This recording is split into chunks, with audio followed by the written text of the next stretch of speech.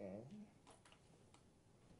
Is there something on the camera that automatically kind of keeps it level and balanced? The colors? No, Yeah. the kind of the up or down, because I noticed that the No, on it's on the that. tripod. Oh, okay, I've okay, got a little leveler, so gotcha. I get it like that. So. Because I figured the rubber thing that goes around the lens is independent. that's kinda- Yeah, I'm looking at that. I'm going, do I need to turn? No, you're Okay. good. I've got a level right Okay. here that tells me exactly. And you can I'm gonna look at camera. Look at me. Look at you. Forget Okay. the camera. All right. And just so I have it, tell me who you are, spell your first name, last name, and give me your highfalutin title as well. David A. Smith, D-A-V-I-D, A-S-M-I-T-H. I am Chief of Staff for the Kansas City, Kansas Public Schools. And is this a new law that affects the vending machines, or has it been around? It's, we have been working over the last several years to improve the quality of food going into our vending machines, and it's been, the change has been progressive. We're going to go another step this year, and then there'll be a further step the year after that, until we get to the point where we've got exemplary practices in all of our vending machines. So basically, if I understand this right, kids can't buy stuff from the vending machine until after lunch. Well, right, and it's, there is, what they're regulating is the nutritional value of the food that's available in the vending machine, so that both for beverages as well as for snacks, they're limiting the amount of food with no nutritional value that's going to be available. And essentially, since we don't change out our vending machines, that's going to mean it's not going to be available, because you can't add stuff to your vending machines after lunch is done. So it's kind of a catch-22. You want kids to eat healthy. Right. That's a big deal. But it's also a revenue source, I would assume. What's it going to mean then? It is. It is a catch-22. Clearly, it's in the best interest of kids that they be presented with nutritional choices for their meals, snacks, and other things. That's clearly in their best interest. The challenge is many kids, what they have available at home, what they can bring to school, is not going to have the same nutritional value. And kids are able to vote with their money. If they can't find access to the things that we present them, they may go elsewhere to find those things. So it's going to be a challenge. We hope that over time, as kids get presented with more nutritionally useful choices, that they'll begin to make those choices in the short term, especially for schools, because in Kansas City, Kansas, money from vending machine sales goes back to the school for use, or at least a portion of it, for use in things like field trips, supplies, and other things that are a really important part of education. So if they don't have access to those things, that may be a challenge. And so I want to make sure I'm clear here. Is it the situation you can't sell stuff before lunch, or is it a situation where you're going to sell stuff, but it's not going to be your standard junk? Right, you can sell things, right? So the vending machines are there. The kids will have access to them. What's in those vending machines? For example, full sugar soda won't be available. Candy, hard candy, licorice, gum, things of that sort that don't have any nutritional value won't be available. Those are the kind of things that we won't be able to sell. So in the vending machines for beverages, you'll have things like juice, milk, sports drinks, things of that sort will be available, but the others won't. And how long before you start selling broccoli?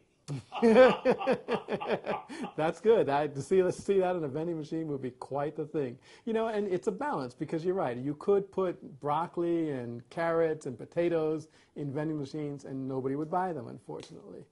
So you've got a balance. And I know that the beverage companies as well as the snack companies are working very hard to find things that kids will like, because if kids don't buy them, they don't make any money. So fortunately, we've got some partners, and they're very clear. They will not even sell us anymore things that don't meet those new requirements. So they're doing their part. We're trying to do our part, and hopefully kids will come along with it. Do you think this is going to cost you money, at least initially?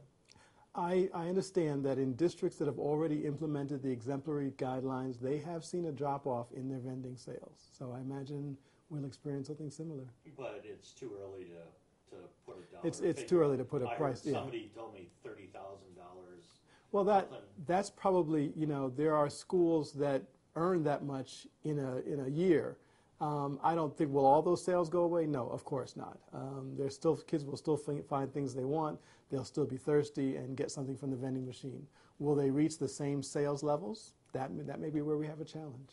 So instead of candy bars, you may see granola. You may see granola bars, lots of nuts and other kinds of maybe dried fruit, things like that that have nutritional value as well as are tasty. Is this implemented district-wide now? It's district-wide, and what's interesting about it, it's also in teacher lounges. It's going to be done throughout the building, so that it'll have an impact on our staff as well. Okay, what else do I need to know? Have we covered the basics? We're coming after you next. No. Well, we keep our vending machine always is changing, and we even have some that have little arrows that say good, this is nutritional. not so much. Yeah. Good, but those are things that I've never seen run out yet. Yes, yes. So, I mean, and honestly, our vending machines here in this building have kind of gone through that, and there's stuff, you know, a year ago, or 3 years ago, I never would have bought nuts from a vending machine. It wouldn't have occurred to me. They probably wouldn't have seen them. And now it's one of the more interesting choices. I think, wow, oh, look, some nuts. That'll be fun. So it's, you know, after a while, you adapt. You make a difference. do you think you're going to hear from the students when they come to school and they start looking at that and the chips are gone? And my guess is you'll hear comments, but what I would expect is kids will start to do the workaround, and you may see kids coming to school with large containers of soda and things, the kind of things that they want.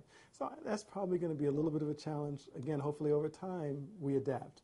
You know, 20 years ago we wouldn't have considered buying bottled water, and now it's almost a staple. So over time we can adapt, and hopefully we'll do that. And in the end, better nutritional food for kids is good for kids. It's good for society. So it's something we need to do.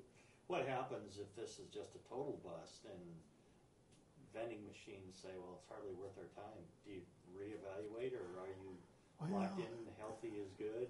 Yeah, I think we're locked in because it's you know, state and federal guidelines, and my assumption is in the vending machine companies, they have every incentive to figure out how to find things that kids will like. This is their business. It's not like they say, well, we won't sell to schools. It's a big part of their business, so they have an incentive to figure it out, and we'll work with them. Does the school have an incentive to start your own, rather than propaganda, how about ad campaign and let people know that, yeah, use our vending machines, it helps us, but it's also going to make you healthy?